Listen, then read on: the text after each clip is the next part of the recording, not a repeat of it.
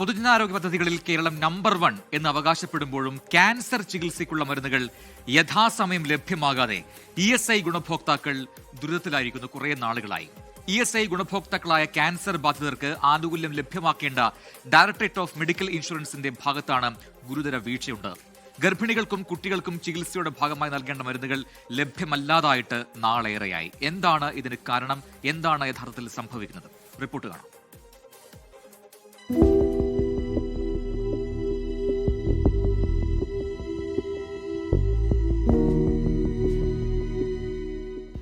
ESI പദ്ധതി പ്രകാരം register ചെയ്തിട്ടുള്ള ജീവനക്കാർക്കും ആശ്രിതർക്കും ചികിത്സയ്ക്കുള്ള മരുന്നുകൾ പരിധിയില്ലാതെ ലഭിക്കും. ക്യാൻസർ പോലുള്ള രോഗങ്ങൾ പിടിവിട്ടവർക്ക് ഇതേറെ ആശ്വാസകരമാണ്. എന്നാൽ ഇത്തരം മരുന്നുകൾ രോഗികൾക്ക് യഥാസമയം ലഭ്യമാക്കേണ്ട ESI കോർപ്പറേഷൻ നടപടികളുടെ നൂലാമാലകൾ സൃഷ്ടിച്ച് അനാവശ്യമായ കാലതാമസം വരുത്തുന്നതാണ് നിലവിലെ പ്രതിസന്ധിക്ക് പിന്നിൽ. പലർക്കും മരുന്ന് കിട്ടുന്നില്ല. എന്നെ സംബന്ധിച്ച് ഞാൻ കോടതിയിൽ പോയി കോടതി ഉത്തരവ് വാങ്ങിച്ചാണ് ഞാൻ മരുന്ന് വാങ്ങിക്കുന്നത്. ഇത് യഥാർത്ഥത്തിൽ ഇതിൻ്റെ ഒന്നും യാതൊരു ആവശ്യമില്ല. ഫണ്ട് കേന്ദ്രത്തിൻ്റെ സംസ്ഥാനത്തിൻ്റെ ഈ തൊഴിലാളികളുടെ തൊഴിലുടമയുടെയും സ്ഥാപനത്തിൻ്റെ ഫണ്ടാണ്. ലക്ഷക്കണക്കിന് കോടി രൂപയാണ് ഒരു വർഷത്തെ ബഡ്ജറ്റ്. 10-75,000 കോടി രൂപയാണ് മരുന്നിന് ഓരോ വർഷവും ചെലവഴിക്കുന്നത്. അപ്പോൾ ഇത് യഥാർത്ഥത്തിൽ ആളുകൾക്ക് കിട്ടാനുള്ള സംവിധാനം ഇവിടുത്തെ സംവിധാനത്തിൽ നടക്കുന്നില്ല. ഗർഭിണികൾക്കും കുട്ടികൾക്കും ചികിത്സയുടെ ഭാഗമായി നൽകേണ്ട മരുന്നുകൾ ലഭ്യമല്ലാതായിട്ട് നാളേറെയായി. മരുന്നുകൾ സപ്ലൈ ചെയ്ത വകയിൽ കമ്പനികൾക്ക് നൽകേണ്ട വൻതുകകൾ പാസാക്കി നൽകാത്തതിനാൽ കമ്പനികൾ സപ്ലൈ നിർത്തിവെച്ചതാണ് കാരണം. തൊഴിലാളി വിഹിതവും തൊഴിലുടമ വിഹിതവുമായി ലഭിക്കുന്ന തുക കൊണ്ട് മാത്രം നടക്കുന്ന പദ്ധതിയാണെങ്കിലും വകുപ്പിന്റെ മെല്ലെപ്പോക്കും ഉദ്യോഗസ്ഥ അനാസയുമാണ് ഈ അവസ്ഥയ്ക്ക് പിന്നിൽ. രോഗികളെ ഇട്ട് ഓട്ടിക്കുകയാണ്. അവർ ചെയ്യേണ്ട കാര്യമൊന്നുമില്ല. ഉദ്യോഗസ്ഥന്മാർ ചെയ്യേണ്ട പേപ്പർ വർക്ക്സ് എല്ലാം ഈ രോഗികളെ അവരെ അപ്പം ഇങ്ങനെ 3-4 റൗണ്ടൊക്കെ ഓടുമ്പോൾ മനുഷ്യൻ തളരും. അവനെ ക്യാൻസർ ആശുപത്രിയിൽ നിന്ന് നേരെ ESI ഡിസ്പെൻസറി, അവിടുന്ന് നേരെ ഡിംസ് ഡയറക്ടറേറ്റ്, അവിടുന്ന് നേരെ അടുത്ത ഇവരുടെ ഇത് ബോർഡുണ്ട്, ട്യൂമർ ബോർഡ്. ഇവരുടെ അസുഖം ഉണ്ടാകും. അത് കോട്ടയത്തൊക്കെ ആയിരിക്കും വിളിക്കുന്നത്. അവിടെ ഈ രോഗി പോകണം. കേരളത്തിൽ നിന്ന് വിളിക്കുമ്പോൾ അവിടെയും പോകണം. ഞാനും പോയി കൊല്ലത്ത്. ഇതിൻ്റെ ഒന്ന് RCC മെഡിക്കൽ കോളേജിൽ നിന്ന് എഴുതിയാൽ പിന്നെ അതിനപ്പുറം ക്യാൻസർ രോഗം ഉണ്ടെന്ന് എഴുതാൻ വേറെ ആരും ഇന്നിപ്പോൾ ഈ ഏഷ്യയിലില്ല. അതങ്ങനെ അവർ തന്നെ അടിച്ചു വെച്ചിട്ടുണ്ട് ഇത് മതി എന്ന്. പക്ഷേ അവസാനം എല്ലാ പേപ്പറും റെഡിയാക്കി കൊണ്ട് കൊടുക്കും, പറയും ട്യൂമർ ബോർഡിൻ്റെ സർട്ടിഫിക്കറ്റ് വേണം. തുടർ ചികിത്സയ്ക്ക് RCC, മെഡിക്കൽ കോളേജ് എന്നിവിടങ്ങളിലെ വിശദമായ ചികിത്സാ സർട്ടിഫിക്കറ്റുകൾ ഉണ്ടെങ്കിലും ട്യൂമർ ബോർഡിന്റെ സർട്ടിഫിക്കറ്റ് വേണമെന്ന് വാശി പിടിക്കുന്നതിനാൽ ബോർഡ് യോഗം നടക്കുന്ന കൊല്ലത്തും കോട്ടയത്തും ക്യാൻസർ രോഗികൾ എത്തണം. സംസ്ഥാന സർക്കാരും ഡയറക്ടർ ഓഫ് മെഡിക്കൽ ഇൻഷുറൻസിന്റെ ചുമതലയുള്ള തൊഴിൽ വകുപ്പും ഇക്കാര്യത്തിൽ ഇടപെടണമെന്നാണ് രോഗികൾ ആവശ്യപ്പെടുന്നത്. ക്യാൻസർ മരുന്നുകൾക്കായി രോഗികൾ കോടതിയെ സമീപിക്കേണ്ട അവസ്ഥ. അതിന് ശേഷിയില്ലാത്തവർ രോഗത്തിന് കീഴടങ്ങേണ്ട സ്ഥിതി. നടപടിക്രമങ്ങളിലെ നൂലാമാലകളാണ് പലപ്പോഴും ഈ പ്രതിസന്ധികൾക്ക് പിന്നിൽ. തിരുവനന്തപുരത്ത് നിന്ന് MG പ്രതീഷ്, 24. പൊതുജനം കഴുതയല്ല സാർ. ഇനി നമുക്ക് വയനാട്ടിലേക്ക് പോകാം. വയനാട് മുള്ളൻകൊല്ലി പഞ്ചായത്തിലെ ഏക ആതുരാലയമാണ് പാടിച്ചിറയിലെ കമ്മ്യൂണിറ്റി ഹെൽത്ത് സെന്റർ. 100 കണക്കിന് ആളുകൾ ആശ്രയിക്കുന്ന കമ്മ്യൂണിറ്റി ഹെൽത്ത് സെന്ററിന് ഇപ്പോൾ ആ പേര് മാത്രമേ ഉള്ളൂ. എന്ന് വെച്ചാൽ പ്രാഥമിക ആരോഗ്യ കേന്ദ്രത്തിന്റെ പരിഗണന മാത്രമാണ് അവിടെ കിട്ടുന്നത്, അവിടെ ഉള്ളത്. ആവശ്യത്തിന് ഡോക്ടേഴ്സോ ജീവനക്കാരോ ഇല്ലാത്തതാണ് വലിയ പ്രതിസന്ധിയായി മാറിയിരിക്കുന്നത്. പാടിച്ചിറയിലുള്ള കമ്മ്യൂണിറ്റി ഹെൽത്ത് സെന്റർ അവഗണനയുടെ അടയാളമാണ്. 100 കണക്കിന് രോഗികളുടെ ആശ്രയ കേന്ദ്രമാണിത്. മതിയായ വിധം ഡോക്ടർമാരോ ജീവനക്കാരോ ഇല്ലാത്തതാണ് പ്രതിസന്ധി. 1 ഏക്കറിലാണ് പാടിച്ചിറയിലെ ആരോഗ്യ കേന്ദ്രം. പ്രാഥമിക ആരോഗ്യ കേന്ദ്രം എന്ന പേര് മാറി സാമൂഹിക ആരോഗ്യ കേന്ദ്രമായി. ഇതൊഴിച്ചാൽ ജീവനക്കാരെ നിയമിക്കുന്നതിനുള്ള ഒരു നടപടിയും ഉണ്ടായിട്ടില്ല. ഒരു ഡോക്ടർ മാത്രമാണുള്ളത്. കർണാടകയിൽ നിന്ന് പോലും അതിർത്തി കടന്ന് രോഗികൾ ഇവിടെ എത്താറുണ്ട്. ആദിവാസി മേഖലയടക്കം ഉള്ള പ്രദേശമാണിത്. അമിതമായ ജോലിഭാരമാണ് ജീവനക്കാർക്കുള്ളത്. മതിയായ കെട്ടിടങ്ങളും സൗകര്യങ്ങളുമുണ്ട്. കിടത്തി ചികിത്സയടക്കം സാധ്യമാകുന്നതാണ്. എന്നിട്ടും നടപടികൾ ഉണ്ടാകുന്നില്ല. ആഴ്ചയിൽ 3 ദിവസം മാത്രമേ ഡോക്ടർ വരുന്നുള്ളൂ. ഡോക്ടർ വന്നു കഴിഞ്ഞാൽ തന്നെ ഒരു ദിവസം 200 അടുത്ത് രോഗികൾ വരുന്നുണ്ട്. ആ രോഗികൾക്ക് മരുന്ന് കൊടുക്കാൻ ടാപ്പാട് ഒരു നേഴ്സ് മാത്രമേ ഇവിടെ ഉള്ളൂ. മുള്ളൻകൊല്ലി പഞ്ചായത്തും കർണാടകയുടെ പല ഭാഗങ്ങളിൽ നിന്നും, തൊട്ടടുത്താണ് കർണാടക അതിർത്തി, അവിടുന്ന് ഒത്തിരി രോഗികൾ ഇവിടെ വരുന്നുണ്ട്.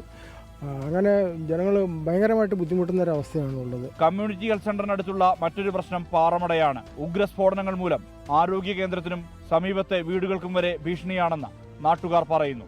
ഹോസ്പിറ്റലിൻ്റെ ഏറെക്കുറെ ഒരു കുറഞ്ഞ മീറ്റർ അകലെ കിഴക്കഭാഗത്ത് ഷിജുവിൻ്റെ പറമ്പിൽ ഒരു കോറി പ്രവർത്തിക്കുന്നുണ്ട്.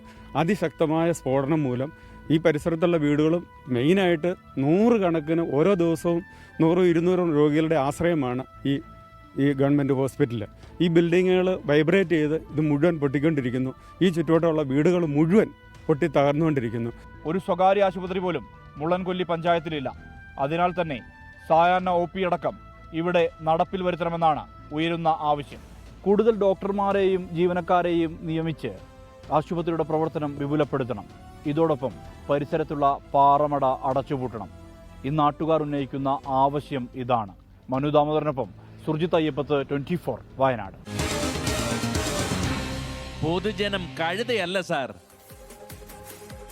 എന്തായാലും അവരുടെ ആവശ്യം അത് ന്യായമുള്ള ആവശ്യമാണ്. കാരണം അവിടെ മറ്റ് സ്വകാര്യ ആശുപത്രികളില്ല, ആകെയുള്ളത് ഈ ഒരൊറ്റ ആതുരാലയം മാത്രമാണ്. അവിടെയാണ് ഈ വലിയ പ്രതിസന്ധി. എന്തുകൊണ്ടാണ് അവിടെ ജീവനക്കാരില്ലാത്തത്, എന്തുകൊണ്ടാണ് അവിടെ ഡോക്ടേഴ്സിനെ നിയമിക്കാത്തതെന്ന ചോദ്യം ചോദിക്കാൻ തുടങ്ങിയിട്ട് നാട്ടുകാർ ഒരുപാട് നാളായി. ഇനിയുമുണ്ട് ചില വിഷമങ്ങൾ അവർക്ക് പറയാൻ, അത് കേൾക്കാം.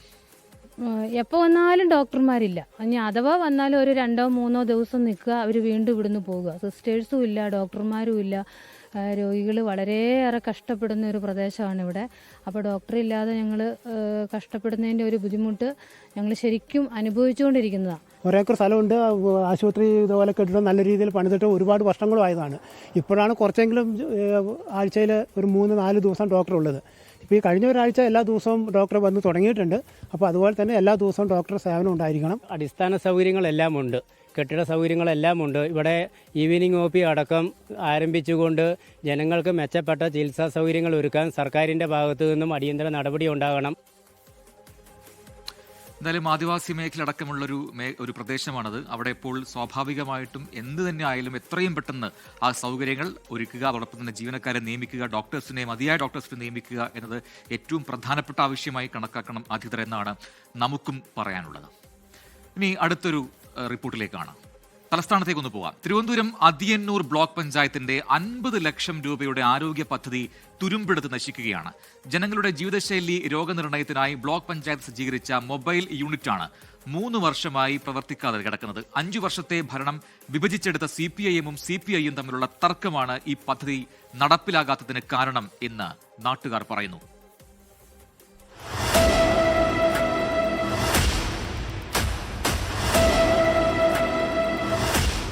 അരികിലുണ്ട് Athiyannur block panchayat mobile medical unit. Thiruvananthapuram ജില്ലയിലെ അതിയന്നൂർ ബ്ലോക്ക് പഞ്ചായത്ത് ഡിവിഷൻ്റെ കീഴിലുള്ള സാധാരണക്കാരായിട്ടുള്ള ജനങ്ങളുടെ അടുത്തേക്കെത്തി അവർക്ക് ചില പരിശോധനകൾ അല്ലെങ്കിൽ ചില സഹായങ്ങൾ, ആരോഗ്യപരമായിട്ടുള്ള സഹായങ്ങൾ ലഭ്യമാക്കുന്നതിന് വേണ്ടി ഏകദേശം 3 വർഷങ്ങൾക്ക് മുമ്പ് ബ്ലോക്ക് പഞ്ചായത്ത് കൊണ്ടുവന്ന ഒരു മൊബൈൽ യൂണിറ്റ് അല്ലെങ്കിൽ ഒരു പദ്ധതിയാണ് ഇത്. പക്ഷേ ഈ 3 വർഷത്തിനിപ്പുറം പരിശോധിക്കുമ്പോൾ ഇത് ഈ പഞ്ചായത്ത് ഓഫീസിൻ്റെ അരികിൽ തന്നെ കിടക്കുന്ന ഒരു സാഹചര്യം എന്നുള്ളതാണ് പൊതുജനങ്ങളടക്കം പറയുന്നത്. ഇതിൽ നിന്ന് ലഭിക്കുന്ന സേവനങ്ങൾ liver function test, kidney function test മുതലായ പരിശോധനകൾ, അതുപോലെ തന്നെ ബ്ലഡ് റൊട്ടീൻ പരിശോധന, ഷുഗർ, കൊളസ്ട്രോൾ, ലിപ്പിഡ് പ്രൊഫൈൽ, ജീവിതശൈലി രോഗനിർണയ പരിശോധനകൾ, ഡെങ്കിപ്പനി, എലിപ്പനി, ചെള്ളുപനി തുടങ്ങിയവയുടെ കാർഡ് പരിശോധനകൾ, ഇതൊക്കെയാണ് ഇതിൽ നിന്ന് സാധാരണക്കാരായിട്ടുള്ള ജനങ്ങൾക്ക് ലഭ്യമാകുന്നത്. പക്ഷേ ഒരു തരത്തിലുള്ള സഹായവും ഇത് സംബന്ധിച്ച് ഒരു ജനങ്ങൾക്ക് ലഭിച്ചിട്ടില്ല എന്നുള്ളതാണ് ഏറ്റവും പ്രധാനപ്പെട്ട ഒരു കാര്യം. 50 ലക്ഷത്തിലധികം രൂപയാണ് ഇതിനുവേണ്ടി ചിലവാക്കിയത്. ഏകദേശം 3 വർഷമായി ഇതിങ്ങനെ കിടക്കുകയും ചെയ്യുന്നു എന്നുള്ളതാണ് ഏറെ പ്രധാനപ്പെട്ട ഒരു കാര്യം.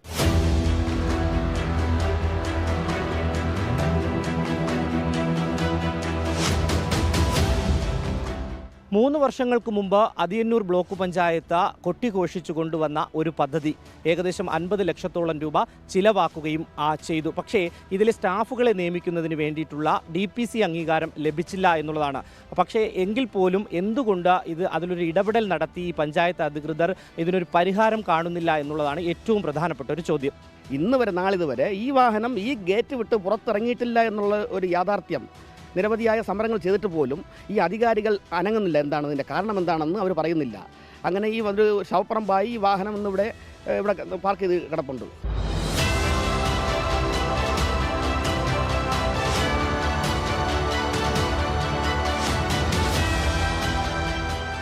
സാധാരണക്കാരായിട്ടുള്ള ജനങ്ങളുടെ നികുതിപ്പണമാണ് ഇങ്ങനെ കിടന്ന് തുരുമ്പെടുക്കുന്നത്. അടിയന്തരമായി ഈ പ്രശ്നത്തിനൊരു പരിഹാരം കാണണമെന്നാണ് എല്ലാവരും ആഗ്രഹിക്കുന്നത്. News reader 24 Thiruvananthapuram. പൊതുജനം കഴുതയല്ല സാർ.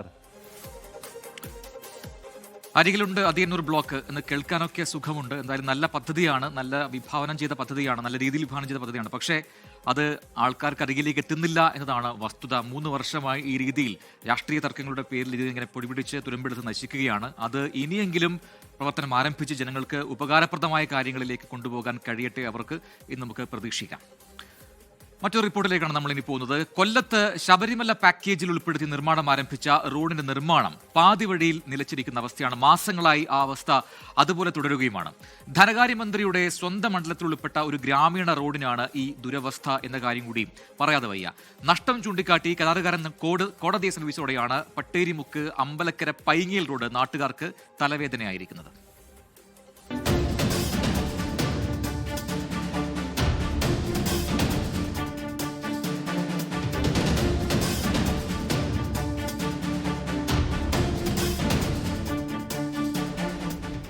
രണ്ടായിരത്തി 2021-22 കാലത്ത് ശബരിമല പാക്കേജിൽ ഉൾപ്പെടുത്തി 2.5 കോടി രൂപയാണ് പട്ടേരിമുക്ക് അമ്പലക്കര പൈങ്ങയിൽ റോഡിനായി അനുവദിച്ചത്. പൊതുമരാമത്ത് വകുപ്പ് ഈ ടെൻഡർ വഴി ക്ഷണിച്ച നിർമ്മാണ കരാർ ഏറ്റെടുത്തത് ഇടയം സ്വദേശി. കഴിഞ്ഞ വർഷം നവംബറിൽ നിർമ്മാണ പ്രവൃത്തികൾ ആരംഭിച്ചെങ്കിലും റോഡിന്റെ നിർമ്മാണം പാതി വഴിയിൽ മുടങ്ങി. ആകെ നിർമ്മിച്ചത് 3 കലങ്കുകൾ, പിന്നെ വശമൊരുക്കുന്ന ജോലികളും. പൈങ്ങയിൽ മലവിള പട്ടേരി ജംഗ്ഷനിലോട് ചേരുന്ന 5.5 കിലോമീറ്റർ ദൈർഘ്യമുള്ള ഈ റോഡ് പകുതി പണി ആരംഭിച്ചിട്ട് നാളുകളേറെയായി. ഇതുവരെ അത് പൂർത്തീകരിക്കാൻ പറ്റാതെ ജനങ്ങൾ വളരെ ദുരിതത്തിലാണ്. ഞങ്ങൾ വളരെ കഷ്ടതയിലാണ്. ഞങ്ങളിപ്പോൾ സ്കൂൾ കുട്ടികൾ 10-15 സ്കൂളിലോളം പോകുന്ന സ്കൂൾ ബസ് പോലും പോകാൻ പറ്റാത്ത നിലയിലുള്ള അവസ്ഥയിലാണ് ഇപ്പോൾ ആയിരിക്കുന്നത്. കൊട്ടാരക്കര, പത്തനാപുരം മണ്ഡലങ്ങളിൽ ഉൾപ്പെട്ട ഉമ്മന്നൂർ, വെളിയം, വെട്ടിക്കവല പഞ്ചായത്തുകളെ ബന്ധിപ്പിക്കുന്നതാണ് ഈ റോഡ്. 5.5 കിലോമീറ്റർ ദൈർഘ്യമുള്ള റോഡ് 4 സ്കൂളുകളിൽ ഉൾപ്പെടെ പഠിക്കുന്ന വിദ്യാർത്ഥികൾക്കടക്കം ആശ്രയമാണ്. ജനപ്രതിനിധികൾ നിരവധി തവണ ആവശ്യപ്പെട്ടിട്ടാണ് റോഡിന്റെ തകർച്ച പരിഹരിക്കാൻ ശബരിമല പദ്ധതിയിൽ ഈ റോഡിനെ ഉൾപ്പെടുത്തിയത്. ഏകദേശം 2.5 കോടി രൂപയാണ് ഈ റോഡ് നിർമ്മാണത്തിന് അനുവദിച്ചിട്ടുള്ളത് ആദ്യഘട്ടത്തിൽ. ഇതിൻ്റെ ആദ്യഘട്ട പണി തുടങ്ങി ഏകദേശം 3ഓളം കലങ്ങുകൾ മാത്രം നിർമ്മിച്ച് ഇപ്പോൾ ഈ റോഡ് പൂർണ്ണമായിട്ട് പാതി വഴിയിൽ ഉപേക്ഷിച്ചിട്ടുള്ള രീതിയിലേക്ക് മാറിയിരിക്കുകയാണ്. ഇന്നിപ്പോൾ ഇതിൻ്റെ റോഡിൻ്റെ നിർമ്മാണവുമായി ബന്ധപ്പെട്ടുകൊണ്ട് ഏകദേശം 2.5 വർഷ കാലയളവ് കൊണ്ട് ഈ റോഡ് പൂർത്തീകരിക്കേണ്ട ഒരു ഘട്ടത്തിൽ ഇപ്പോൾ ഈ റോഡിൻ്റെ വർക്കുകൾ പാതി വഴിയിൽ ഉപേക്ഷിച്ച നിലയിലേക്ക് മാറിയിരിക്കുകയാണ്. തകർന്നുകിടന്ന റോഡിന്റെ ശാപമോക്ഷത്തിനായി പതിറ്റാണ്ടുകൾ ഇവിടുത്തുകാർക്ക് കാത്തിരിക്കേണ്ടി വന്നു. കാത്തിരിപ്പിനൊടുവിൽ നിർമ്മാണം ആരംഭിച്ചപ്പോൾ റോഡ് കോടതി കയറിയ അവസ്ഥ. കോൺട്രാക്ടറെ സമീപിക്കുമ്പോൾ പറയുന്നത് ഇത് ഞങ്ങൾ കോടതിയിൽ കിടക്കുന്ന കാര്യമാണ്. വീണ്ടും നമ്മൾ മന്ത്രിയുമായി ബന്ധപ്പെടുമ്പോൾ, അതിൻ്റെ ആളുകളുമായി ബന്ധപ്പെടുമ്പോൾ അവരും പറയുന്നത് കോടതിയിൽ കിടക്കുന്ന കാര്യമാണ്. ഈ കോടതിയിൽ കിടക്കുന്ന കാര്യം എന്ന് പറയുമ്പോൾ ഈ ജനങ്ങളുടെ ദുരിതം എങ്ങനെ പരിഹരിക്കപ്പെടും? ഇവർ ഓരോ കോടതികൾ മാറി മാറി മുന്നോട്ട് പോയാൽ ഇവിടുത്തെ ജനങ്ങളുടെ അവസ്ഥ എന്താണ്? നടന്ന നിർമ്മാണ പ്രവൃത്തികളിലും നിലവാരമില്ലെന്നാണ് നാട്ടുകാരുടെ പരാതി. ഈ നേരത്തെ ഇവിടെ ഈ 3ഇടത്തും കലങ്ങുണ്ടായിരുന്നു. അതിൻ്റെ കല്ലുകൾ തന്നെ ഇളക്കി അവിടെ തന്നെ അതുപോലെ തന്നെ അതിനേക്കാൾ നിലവാരമില്ലാത്ത രീതിയിൽ അവിടെ കെട്ടി കോൺക്രീറ്റ് ഷവലിൽ കൊണ്ടുവന്നിട്ട് അതിനകത്ത് അവിടെ കൊണ്ടിട്ട് യാതൊരു മാനദണ്ഡവും ഇല്ലാതെ അവർ അവിടെ സൈഡ് കെട്ടിക്കൊണ്ട് മേളി 10 റാഡ് വെച്ച് ചെറിയ രീതിയിൽ കോൺക്രീറ്റും ചെയ്തു പോയി. പൊതുമരാമത്ത് മുന്നോട്ട് വെച്ച പല മാനദണ്ഡങ്ങളും പാലിക്കാൻ കരാറുകാരൻ തയ്യാറായില്ലെന്നാണ് ആക്ഷേപം. കരാറിൽ നിന്നും ഒഴിവാക്കാൻ പാടില്ലെന്നു കൂടി കോടതിയോട് ഇയാൾ ആവശ്യപ്പെട്ടിട്ടുള്ളതായാണ് വിവരം. കോടതിയുടെ പരിഗണനയിലിരിക്കുന്ന വിഷയമായതിനാൽ പൊതുമരാമത്ത് വകുപ്പിന് മറ്റൊരാളെ കരാർ ഏൽപ്പിക്കുവാൻ കഴിയാത്ത സ്ഥിതിയുമാണ്. കരാറുകാരനും പൊതുമരാമത്തും തമ്മിലുള്ള തർക്കം അങ്ങനെ നീണ്ടുപോകുമ്പോൾ നടുവൊടിയുന്നത് ഇതുവഴിയുള്ള യാത്രക്കാരുടെയാണ്. കോടതി വ്യവഹാരങ്ങളൊക്കെ പൂർത്തീകരിച്ച ഈ റോഡിനി എന്ന് നന്നാകുമെന്ന ആർക്കും ഒരു വ്യക്തതയുമില്ല. ക്യാമറമാൻ രാജ്കിരണിനൊപ്പം സുജിത് സുരേന്ദ്രൻ, 24 കൊട്ടാരക്കര. തിരുവനന്തപുരം വിമാനത്താവളത്തിൽ വൻ സ്വർണ്ണവേട്ട, 40 ലക്ഷത്തിന്റെ സ്വർണം പിടികൂടി എന്ന വാർത്ത ഇപ്പോൾ വരുന്നു. സലീം മാലിക് തിരുവനന്തപുരത്തും ചേർന്ന് കൂടുതൽ വിവരങ്ങളുമായി. സലീം, കുറച്ചു നാളുകളായി വിമാനത്താവളം വഴിയുള്ള സ്വർണ്ണക്കടത്ത് അത് നമ്മൾ കേട്ടിട്ടുണ്ടായിരുന്നില്ല. ഇപ്പോൾ വീണ്ടും മറ്റൊരു സ്വർണ്ണവേട്ട, അതും തിരുവനന്തപുരത്താണ്. 40 ലക്ഷം രൂപയുടെ സ്വർണ്ണമല്ലേ? വിവരങ്ങൾ. പ്രജിൻ, ഈ സംസ്ഥാനത്തൊരു ചെറിയ ഇടവേളയ്ക്ക് ശേഷമാണ് സ്വർണ്ണവേട്ട നടക്കുന്നത്. മാത്രമല്ല, തിരുവനന്തപുരം വിമാനത്താവളത്തിൽ ഏറെക്കാലത്തിന് ശേഷമാണ് ഈ നിലയിൽ ഒരു സ്വർണ്ണവേട്ട നടക്കുന്നത്. സാധാരണഗതിയിൽ ഇത്തരത്തിലുള്ള സ്വർണ്ണക്കടത്തുകാർ തിരുവനന്തപുരം വിമാനത്താവളം തിരഞ്ഞെടുക്കാറില്ല. വളരെ കുറച്ചു മാത്രമാണ് ആ നിലയിൽ തിരുവനന്തപുരം വിമാനത്താവളം വഴി സ്വർണ്ണ കടത്ത് റിപ്പോർട്ട് ചെയ്തിരിക്കുന്നത്. ഇന്നിപ്പോൾ 40 ലക്ഷത്തിന്റെ സ്വർണ്ണമാണ് തിരുവനന്തപുരം വിമാനത്താവളം വഴി കടത്താൻ ശ്രമിച്ചത്. തമിഴ്നാട് സ്വദേശി സെന്തിൽ രാജേന്ദ്രനാണ് ഈ സ്വർണവുമായി പിടിയിലായത്. 2 ജീൻസുകൾക്കുള്ളിലാണ് സ്വർണം ഒളിപ്പിച്ചിരുന്നത്. ഒരു ജീൻസും അതിന് പുറകെ അതിന്റെ മുകളിലൂടെ മറ്റൊരു ജീൻസ് കൂടി ഇട്ട് അങ്ങനെ അതുമായി ബന്ധപ്പെട്ട ഈ സ്വർണം സൂക്ഷിക്കുകയായിരുന്നു. കസ്റ്റംസിന് രഹസ്യ വിവരം നേരത്തെ തന്നെ ലഭിച്ചിരുന്നു. അതിന്റെ ഭാഗമായി നടത്തിയ പരിശോധനയിലാണ് സ്വർണം കണ്ടെത്തിയത്. അത് ഈ നിരവധി മാലകളും ചെയിനുകളുമാണ് കൂടുതലായി ഉണ്ടായിരുന്നത്. അതിനോടൊപ്പം തന്നെ ഒരു കയറിൽ പൊതിഞ്ഞതിന്റെ സമാനമായ രീതിയിൽ 2 സ്വർണങ്ങൾ മറ്റു സ്ഥലത്തും സൂക്ഷിച്ചിരുന്നു. അങ്ങനെയാണ് ഈ സ്വർണം പിടികൂടിയത്. നിലവിൽ ഇത് എവിടെ നിന്ന് വന്നു, എവിടേക്ക് പോയി എന്നതുൾപ്പെടെയുള്ള കാര്യങ്ങളാണ് കസ്റ്റംസ് അന്വേഷിക്കുന്നത്. ശരി, സലീം മാലിക്കാണ് വിശദാംശങ്ങൾ നൽകിയത് തിരുവനന്തപുരത്ത് നിന്ന്. നേരത്തെ പറഞ്ഞതുപോലെ ഇന്നലെ ഒരു പാലത്തിന്റെ പ്രശ്നം നമ്മൾ റിപ്പോർട്ട് ചെയ്തതാണ്. ഇന്നുമുണ്ട് സമാന റിപ്പോർട്ട്. പക്ഷേ മറ്റൊരു സ്ഥലത്താണ്. നവീകരണത്തിനായി പൊളിച്ച പാലം മാസങ്ങളായിട്ടും നിർമ്മാണം ആരംഭിച്ചില്ല. കോഴിക്കോട് ഒളവണ്ണ പാലാഴിക്ക് സമീപത്തുള്ള മക്കാട്ട് പുതുക്കണ്ടി പ്രദേശവാസികളാണ് അധികൃതരുടെ അനാസ്ഥയെ തുടർന്ന് വലിയ ബുദ്ധിമുട്ടിലായിരിക്കുന്നത്. കോൺക്രീറ്റ് പാലം ഉടൻ യാഥാർത്ഥ്യമാക്കണം എന്നാണ് നാട്ടുകാരുടെ ആവശ്യം. ഈ പാലം ഇല്ലാത്തതുകൊണ്ട് തന്നെ യാത്രക്കാർ നിലവിൽ ചുറ്റി സഞ്ചരിക്കേണ്ട സ്ഥിതിയാണ് ഉള്ളത്. പാലാഴി പെരിങ്കല്ലൻ തോടിന് കുറുകെ ഉണ്ടായിരുന്ന കോൺക്രീറ്റ് പാലം പൊളിച്ചിട്ട് മാസങ്ങൾ ഏറെയായി. ദിവസങ്ങൾക്കകം നിർമ്മാണം പൂർത്തിയാക്കുമെന്ന വാഗ്ദാനം പാഴ്വാക്കായതോടെ പ്രദേശവാസികൾ ദുരിതത്തിലാണ്.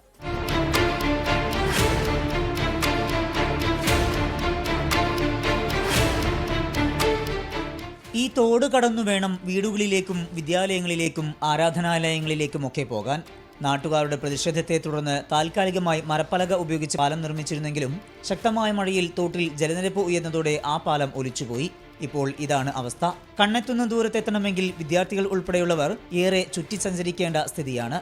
ഞങ്ങൾ ഇതിലൂടെ സ്കൂൾ പോലെ അപ്പോൾ ഇതിലെ വരുമ്പോൾ ഈ പാലം പൊടിഞ്ഞിറക്കാണ്. അപ്പോൾ നേരെ വൈകിട്ട് സ്കൂളിലേക്ക് എത്തല് ഇത് വീഴാനാവുന്ന അവസ്ഥയാണ്.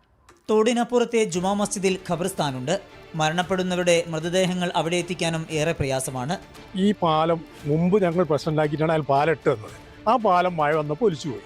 വീണ്ടും ഇപ്പോൾ പാലിട്ടെന്ന് ഇതേ കോലത്തിലായി. ഇതിലെന്താ വെച്ചാൽ ഇവിടെ പള്ളിയിൽ മയ്യത്ത് വെക്കുന്ന സ്ഥലമാണ്. ഒരു മയ്യത്ത് പോലും ഇതിലെ കൊണ്ടാൻ കഴിയില്ല. അതിലേ എങ്ങനെ പോകണം. അതേപോലെ ചെറിയ കുട്ടികൾ ഇംഗ്ലീഷ് മീഡിയം സ്കൂളിൽ പോകുന്നു, മദ്രസ പോകുന്നു. അവർക്കൊന്നും ഇതിലെ പോകാൻ കഴിയില്ല. കാരണം ഇതിൽ പോയ കാലുടിഞ്ഞ് താഴെ പോകും.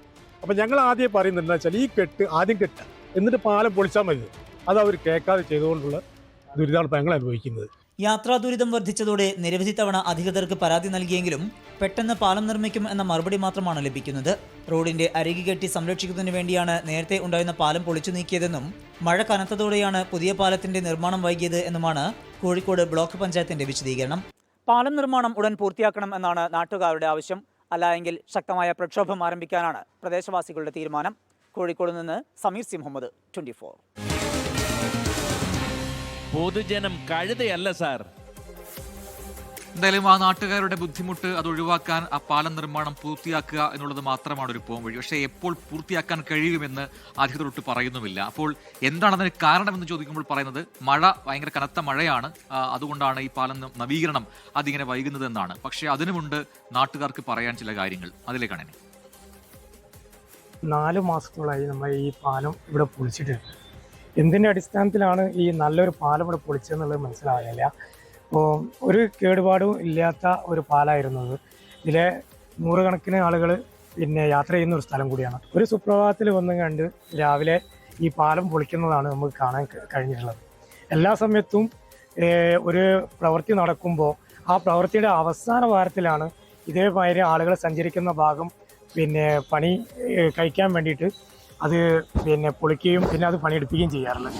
എന്നാൽ അതൊക്കെ മാറ്റം വരുത്തിയിട്ട് ആദ്യം തന്നെ ഈ ഒരു പാലം പൊളിച്ചതിലോ എന്തോ ഒരു ദുരുദ്ദേശം ഉണ്ടോ എന്നുള്ളത് നമുക്ക് തോന്നിപ്പോവുക. ഒരു ആശ്രയ വഴിയാണത്. നല്ലൊരു സ്ലേവായിരുന്നു ഇവിടെ ഉണ്ടായിരുന്നത്. അത് പെട്ടെന്ന് അത് തച്ചു പൊളിച്ച് പെട്ടെന്ന് ഉണ്ടാക്കൂ എന്ന് പറഞ്ഞിട്ട് ഈ സമയം വരെ അതിൻ്റെ ഒരു നടപടി നീങ്ങിയില്ല. പല ഘട്ടങ്ങളിലായിട്ട് പല ആളുകളുമായിട്ട് ഇതിന് ബന്ധപ്പെട്ടവരായിട്ട് ബന്ധപ്പെട്ട് നോക്കുമ്പോൾ ഒക്കെ പറയുന്നത് പെട്ടെന്ന് അത് ശരിയാവും എന്നൊക്കെ പറയും. അത് ഇതുവരെ ചെയ്തിട്ടില്ല. അപ്പോൾ ഇതുകൊണ്ട് ഭയങ്കരമായ ബുദ്ധിമുട്ട് ഈ സ്ഥാപനങ്ങൾക്കും അതുപോലെ യാത്രക്കാർക്കും ഒക്കെ നന്നായിട്ടുണ്ട്. 2 വീലർ വളരെ ഭംഗിയായി കടന്നു പോകുന്നൊരു വഴിയായിരുന്നു. 2 2 വീലർ അങ്ങോട്ടും ഇങ്ങോട്ടും പോകാൻ പറ്റിയ ഒരു വഴിയും പാലുമായിരുന്നു. ഇപ്പോൾ ഒരു നിവൃത്തിയില്ലാത്ത ഒരു സാഹചര്യമുണ്ട്. എന്ന് പൂർത്തിയാവും എന്നുള്ളതിനെ സംബന്ധിച്ച് ഒരു ഉറപ്പ് നമുക്ക് ലഭിക്കുന്നില്ല. യെസ്, എന്തായാലും ആ ഉറപ്പാണ് ലഭിക്കാത്തത്. അത് എത്രയും പെട്ടെന്ന് എന്താണ് ആ പ്രശ്നം? അതിപ്പോൾ മഴയാണെങ്കിൽ, മഴ കനത്താണെങ്കിൽ അതിന് ബദൽ സംവിധാനങ്ങൾ ഒരുക്കാൻ അധികൃതർക്ക് കഴിയുന്നില്ല. ഇനി മഴ മാറിയാലെങ്കിലും ഈ പാലം നവീകരണം പൂർത്തിയാകുമോ എന്നാണ് നാട്ടുകാർ ചോദിക്കുന്നത്. ലോകത്തെവിടെയായാലും ഏത് സമയത്തും 24 വാർത്തകളും ഓഗ്മെന്റഡ് റിയാലിറ്റി പാക്കേജുകളും എക്സ്പ്ലെയിനറുകളും വിശദമായി കാണാൻ ഞങ്ങളുടെ യൂട്യൂബ് ചാനൽ നിങ്ങൾക്ക് സബ്സ്ക്രൈബ് ചെയ്യാം.